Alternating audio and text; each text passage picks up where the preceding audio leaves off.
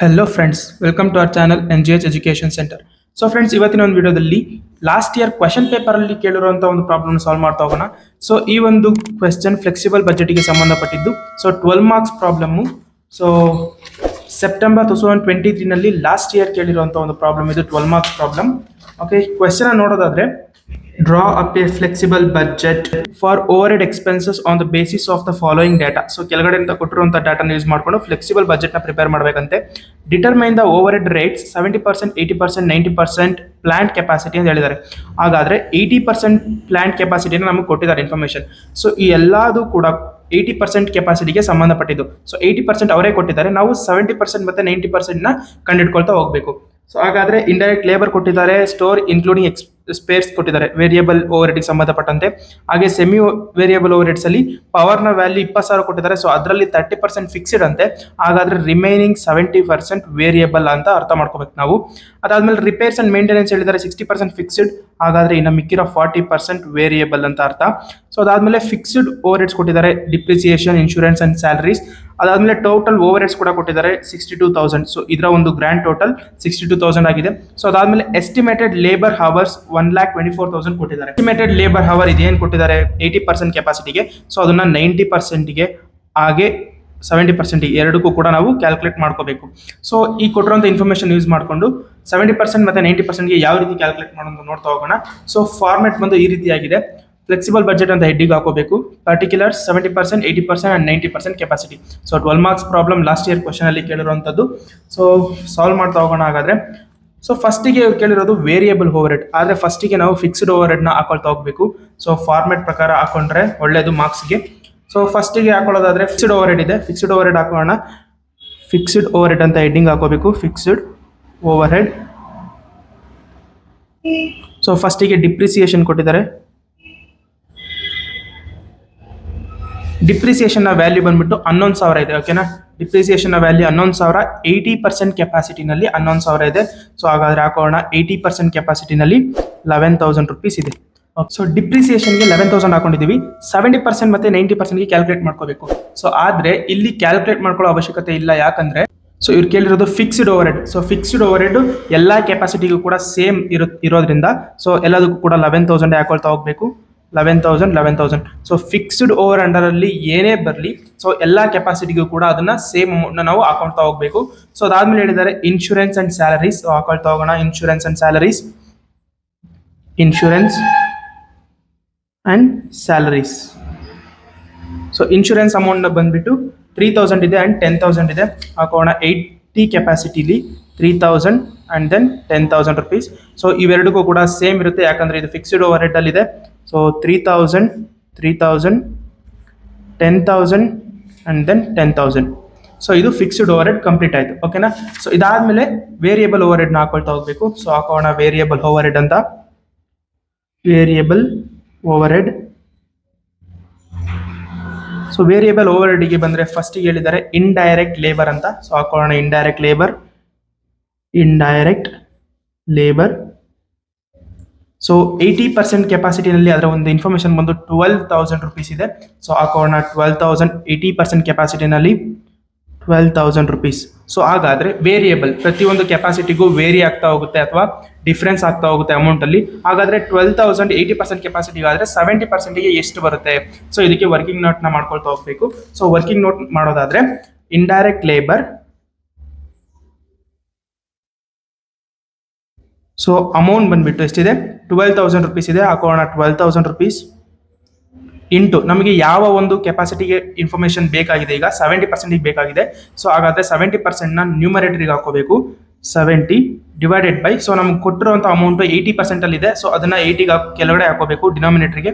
So 12,000 into 70/80 ಮಾಡಿಕೊಂಡ್ರೆ ನಮಗೆ 12,000 into 70 divided by 80 ಮಾಡಿಕೊಂಡ್ರೆ ನಮಗೆ 10,500 ಸಿಗ್ತಾ ಹೋಗುತ್ತೆ. ಸೊ ಈ ಒಂದು 10,500 70%ಗೆ ಕೆಪಾಸಿಟಿಗೆ ಆಗ್ತಾ ಹೋಗುತ್ತೆ, ಅದು 10,500 ರುಪೀಸ್. ಸೊ ಈ ಒಂದು 10,500 ರುಪೀಸ್ನ 70% ಕೆಪಾಸಿಟಿಗೆ ಹಾಕೋಬೇಕು. ಸೊ ಈ ರೀತಿಯಾಗಿ ಒಂದು ಕೆಪಾಸಿಟಿ ಕೊಟ್ಟಿದ್ರೆ ಇನ್ನೊಂದು ಕೆಪಾಸಿಟಿನ ಇನ್ಫಾರ್ಮೇಷನ್ನ ವರ್ಕಿಂಗ್ ನೋಟ್ ಮಾಡ್ತಾ ನಾವು ಕ್ಯಾಲ್ಕುಲೇಟ್ ಮಾಡ್ಕೊಳ್ತಾ ಹೋಗಬೇಕಾಗುತ್ತೆ. ಸೊ ಹಾಗಾದರೆ ಇದೇ ರೀತಿ 90%ಗೆ ಯಾವ ರೀತಿ ಕ್ಯಾಲ್ಕುಲೇಟ್ ಮಾಡ್ಕೊಳ್ಳೋದು? ಸೊ 12,000 ರುಪೀಸ್ ಸೇಮ್ ಅಮೌಂಟ್ ಹಾಕೋಬೇಕು. ಕೊಟ್ಟಿರುವಂಥ ಅಮೌಂಟು 80%. ಸೊ 12,000 80% ಆದ್ರೆ 90% ಎಷ್ಟು? ಸೊ ನಮಗೆ ಬೇಕಾಗಿರೋದು 90%ಗೆ. ಸೊ 90ನ ನ್ಯೂಮರೇಟರ್ಗೆ ಹಾಕೋಣ. ಸೊ ಕೊಟ್ಟಿರುವಂಥದ್ದು 80% ಕೆಪಾಸಿಟಿ. ಸೊ ಡಿನಾಮಿನೇಟರ್ಗೆ 80 ಹಾಕೋಣ. ಈಕ್ವಲ್ಸ್ ಮಾಡಿಕೊಂಡ್ರೆ ನಮಗೆ 90% ಕೆಪಾಸಿಟಿ ಇನ್ಫಾರ್ಮೇಷನ್ ಸಿಗ್ತಾ ಹೋಗುತ್ತೆ. 12,000 ಇಂಟು 90 ಡಿವೈಡೆಡ್ ಬೈ 80 ಮಾಡಿಕೊಂಡ್ರೆ ನಮಗೆ 13,500 ರುಪೀಸ್ ಸಿಗ್ತಾ ಹೋಗುತ್ತೆ. 13,500 ರುಪೀಸ್. ಸೊ ಇದೇ ಅಮೌಂಟ್ನ ನಾವಿಲ್ಲಿ 90% ಕೆಪಾಸಿಟಿಗೆ ಹಾಕೊಳ್ತಾ ಹೋಗಬೇಕು. 13,500 ರುಪೀಸ್. ಸೊ ಈ ರೀತಿಯಾಗಿ ವರ್ಕಿಂಗ್ ನೋಟ್ ಮೂಲಕ ಕ್ಯಾಲ್ಕುಲೇಟ್ ಮಾಡಿಕೊಂಡು ನಾವು ಮಿಕ್ಕಿರುವಂಥ ಕೆಪಾಸಿಟಿಗೆ ಇನ್ಫಾರ್ಮೇಷನ್ ಹಾಕೊಳ್ತಾ ಹೋಗಬೇಕು. ಸೊ ಅದಾದ್ಮೇಲೆ ಹೇಳಿದ್ದಾರೆ store including spaces or spares. Store including spares 4,000 rupees ಇದೆ, ಹಾಕೋಣ. Stores including spares. So amount ಬಂದ್ಬಿಟ್ಟು 4,000 ರುಪೀಸ್ ಇದೆ. 80% ಕೆಪಾಸಿಟಿನಲ್ಲಿ 4,000 ಹಾಕೋಣ. ಈ 4,000. ಸೊ 80% ಕೆಪಾಸಿಟಿ ಗೊತ್ತಾಗಿತ್ತು. 70% ಮತ್ತು 90% ಯಾವ ರೀತಿ ಕ್ಯಾಲ್ಕುಲೇಟ್ ಮಾಡೋದಂದ್ರೆ same as it is indirect labour ಯಾವ ರೀತಿ ಕ್ಯಾಲ್ಕುಲೇಟ್ ಮಾಡ್ಕೊಂಡು ಅದೇ ರೀತಿ ಕ್ಯಾಲ್ಕುಲೇಟ್ ಮಾಡ್ಕೋಬೇಕು. ಸೊ ಸ್ಪೇರ್ಸ್ ಅಂತ ಹಾಕೋಣ. ಸೊ ಕೊಟ್ಟಿರುವಂಥ ಇನ್ಫಾರ್ಮೇಷನ್ 4,000 80% ಕೆಪಾಸಿಟಿ ಕೊಟ್ಟಿದ್ದಾರೆ. ಹಾಗಾದರೆ 70% ಮತ್ತು 90% ನಾವು ಕ್ಯಾಲ್ಕುಲೇಟ್ ಮಾಡ್ಕೋಬೇಕು. 4,000 ಇಂಟು 70% ಕ್ಯಾಲ್ಕುಲೇಟ್ ಮಾಡ್ಕೋಬೇಕು ಮತ್ತು 90% ಕ್ಯಾಲ್ಕುಲೇಟ್ ಮಾಡ್ಕೋಬೇಕು. ಸೊ ಕೊಟ್ಟಿರುವಂಥ ಅಮೌಂಟು 80 ಡಿನಾಮಿನೇಟರ್ಗೆ ಹಾಕೋಬೇಕು. ಸೊ ಈ ರೀತಿ ಫಾರ್ಮ್ಯಾಟಲ್ಲಿ ನಾವು ಕ್ಯಾಲ್ಕುಲೇಟ್ ಮಾಡ್ಕೊಳ್ತಾ ಹೋಗಬೇಕು.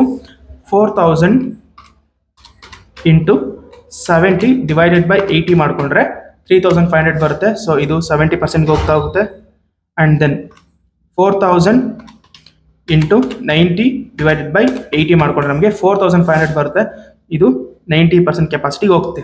3,500 ಆ್ಯಂಡ್ 4,500.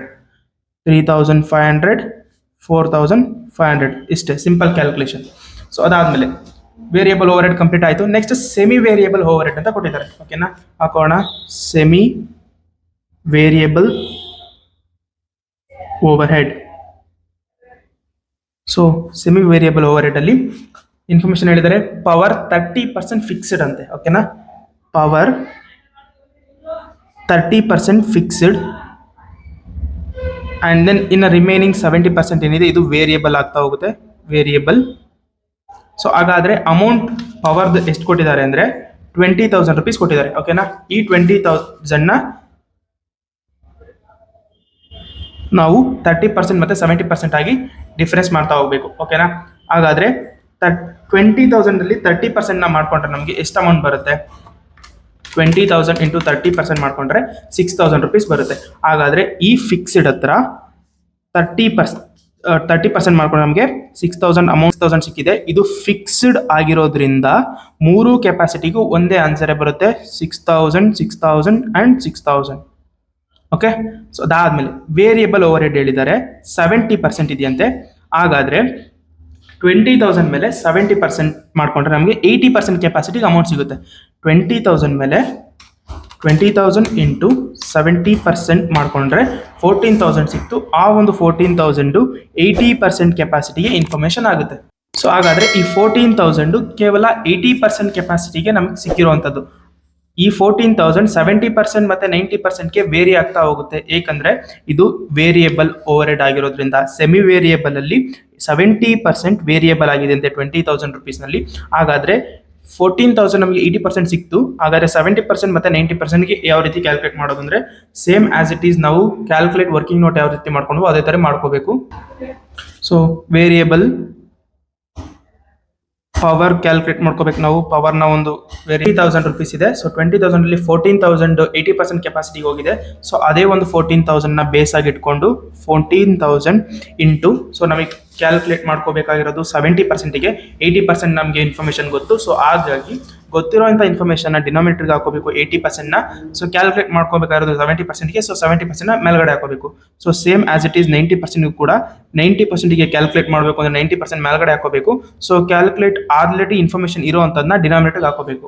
ಓಕೆನಾ, ಸೊ 14,000 ಇಂಟು 70 ಡಿವೈಡೆಡ್ ಬೈ 80 ಮಾಡಿಕೊಂಡ್ರೆ ನಮಗೆ 12,250 ಸಿಗ್ತಾ ಹೋಗುತ್ತೆ. 12,250 and then 14,000 into 90 divided by 80 ಮಾಡಿಕೊಂಡ್ರೆ ನಮಗೆ 15,750 ರುಪೀಸ್ ಸಿಗ್ತಾ ಹೋಗುತ್ತೆ. ಸೊ ಅದನ್ನು ಹಾಕೊಂಡ್ರೆ 15,750 ರುಪೀಸ್. ಸೊ ಇದು 70% ಕೆಪಾಸಿಟಿ, ಇದು 90% ಕೆಪಾಸಿಟಿ. ಓಕೆನಾ, ಸೊ 70,000 ಕೆಪಾಸಿಟಿಲಿ ಹಾಕೋಣ. 12,250 ಆ್ಯಂಡ್ ದೆನ್ 90% ಕೆಪಾಸಿಟಿಗೆ 15,750. ಸೊ ಈ ರೀತಿಯಾಗಿ ಸೆಮಿ ವೇರಿಯಬಲ್ ಕೊಟ್ಟಿದ್ದಾಗ ಕ್ಯಾಲ್ಕುಲೇಟ್ ಮಾಡ್ಕೊಳ್ತಾ ಹೋಗಬೇಕು. ಓಕೆನಾ? ಸೊ ಅದಾದ್ಮೇಲೆ ಹೇಳಿದ್ದಾರೆ ಕ್ವಶನ್ ಅಲ್ಲಿ ಸೆಮಿ ಓವರ್ಹೆಡ್ ಅಲ್ಲಿ ಇನ್ನೊಂದು ಹೇಳಿದ್ದಾರೆ ರಿಪೇರ್ಸ್ ಅಂಡ್ ಮೇಂಟೆನೆನ್ಸ್ ಅಂತ. ಅದರಲ್ಲೂ 60% ಫಿಕ್ಸ್ಡ್ 40% ವೇರಿಯಬಲ್ ಹೇಳಿದ್ದಾರೆ. ಸೊ ಅದನ್ನು ಕೂಡ ಸೇಮ್ ವೇನಲ್ಲಿ ಕ್ಯಾಲ್ಕುಲೇಟ್ ಮಾಡ್ಕೋಬೇಕು. ಹಾಕೋಣ ರಿಪೇರ್ಸ್ ಅಂಡ್ ಮೇಂಟೆನೆನ್ಸ್. ಸೊ ಇದರ ಒಂದು ಅಮೌಂಟ್ ಬಂದ್ಬಿಟ್ಟು 2,000 ರುಪೀಸ್ ಇದೆ. ಓಕೆನಾ? 2,000 ರುಪೀಸ್ ಹಾಕೋಣ ಇಲ್ಲಿ 2,000. ಸೊ ಈ 2,000 ಅಲ್ಲಿ ಫಿಕ್ಸ್ಡ್ 60% ಇದ್ದಂತೆ. ಓಕೆನಾ? 60% ಫಿಕ್ಸ್ಡ್ ಇದೆ, ಫಿಕ್ಸ್ಡ್ ಆ್ಯಂಡ್ ದೆನ್ ಮಿಕ್ಕಿರೋಂಥ 40% ಬಂದು ವೇರಿಯಬಲ್ ಇರುತ್ತೆ. ಓಕೆನಾ? ಅದು ಅಂಡರ್ಸ್ಟೆಡ್, ನಾವು ಕರೆಕ್ಟಾಗಿ ತಿಳ್ಕೋಬೇಕು, ಇಲ್ಲ ಅಂದರೆ ಮಾರ್ಕ್ಸ್ ಹೋಗುತ್ತೆ. 2,000 ಇದೆ ಅಲ್ವಾ? ಓಕೆ, 2,000 ಇಂಟು 60% ಮಾಡಿಕೊಂಡ್ರೆ 1,200 ರುಪೀಸ್ ಸಿಗುತ್ತೆ. ಅದು 80% ಕೆಪಾಸಿಟಿಗೆ, ಯಾಕಂದರೆ ಅವ್ರು ಕೊಟ್ಟಿರೋಂಥ ಇನ್ಫಾರ್ಮೇಷನ್ ಎಲ್ಲ 80%ಗೆ ಸಂಬಂಧಪಟ್ಟಿರುವಂಥದ್ದು. ಸೊ ಈ 2,000 ಅಲ್ಲಿ 60% ಮಾಡಿಕೊಂಡ್ರೆ ನಮಗೆ 1,200 ರುಪೀಸ್ ಸಿಗುತ್ತೆ. ಸೊ ಆ 1,200ನ 80% ಕೆಪಾಸಿಟಿಗೆ ಹಾಕೋಬೇಕು, 1,200. ಸೊ ಇದು ಫಿಕ್ಸ್ಡ್ ಆಗಿರೋದ್ರಿಂದ, ಓಕೆನಾ, ಫಿಕ್ಸ್ಡ್ ಆಗಿರೋದ್ರಿಂದ 3 ಕೆಪಾಸಿಟಿಗೂ ಕೂಡ ಸೇಮ್ ಅಮೌಂಟೇ ಬರ್ತಾ ಹೋಗುತ್ತೆ, 1,200. ಹಾಗಾದರೆ ವೇರಿಯೇಬಲ್ಗೆ ವೇರಿ ಆಗ್ತಾ ಹೋಗುತ್ತೆ, ಅದನ್ನು ಕ್ಯಾಲ್ಕುಲೇಟ್ ಮಾಡ್ಕೋಬೇಕು. ಸೊ ಅದಕ್ಕೂ ಮುಂಚೆ 80% ಕೆಪಾಸಿಟಿಗೆ ಬರುವಂಥ ಅಮೌಂಟನ್ನು ನಾವು ಕ್ಯಾಲ್ಕುಲೇಟ್ ಮಾಡ್ಕೋಬೇಕು. ಹಾಗಾದರೆ 2,000 ಇಂಟು 40% ಮಾಡಿಕೊಂಡ್ರೆ ನಮಗೆ 800 ರುಪೀಸ್ ಸಿಗ್ತಾ ಹೋಗುತ್ತೆ. ಆ ಒಂದು 800ನ 40% ವೇರಿಯೇಬಲ್ ಇರೋಕ್ಕೆ 80% ಕಾಲಮಿಗೆ ಹಾಕೊಳ್ತಾ ಹೋಗಬೇಕು. ಸೊ ಇದು 80% ಕೊಟ್ಟಿರುವಂಥ ಇನ್ಫಾರ್ಮೇಷನ್. ಆದರೆ 70% ಮತ್ತು 90% ಕೊಟ್ಟಿಲ್ದಲ್ಲಿರೋ ಕಾರಣ ನಾವು ಕ್ಯಾಲ್ಕುಲೇಟ್ ಮಾಡ್ಕೋಬೇಕು. ಸೊ ಯಾವ ರೀತಿ ಆದರೆ ಸೇಮ್ ವೇನಲ್ಲಿ ರಿಪೇರ್ಸ್ ಆ್ಯಂಡ್ ಮೇಂಟೆನೆನ್ಸಿಗೆ ರಿಪೇರ್ಸ್ 2,000 ರುಪೀಸ್ ಇದೆ. ಸೊ 2,000 ರುಪೀಸಲ್ಲಿ 40% ನಾವು ವೇರಿಯೇಬಲ್ ಮಾಡಿಕೊಂಡ್ರೆ ನಮಗೆ 800 ರುಪೀಸ್ ಸಿಕ್ತು. ಸೊ ಇದು 80% ಕೆಪಾಸಿಟಿಗೆ. ಓಕೆನಾ?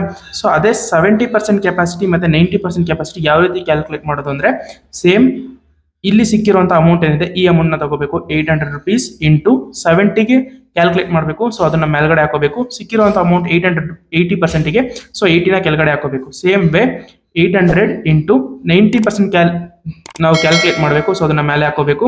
ಸೊ ಸಿಕ್ಕಿರುವಂಥ ಅಮೌಂಟ್ 80%ಗೆ ಅದನ್ನು ಡಿನಾಮಿನೇಟರ್ಗೆ ಹಾಕೋಬೇಕು.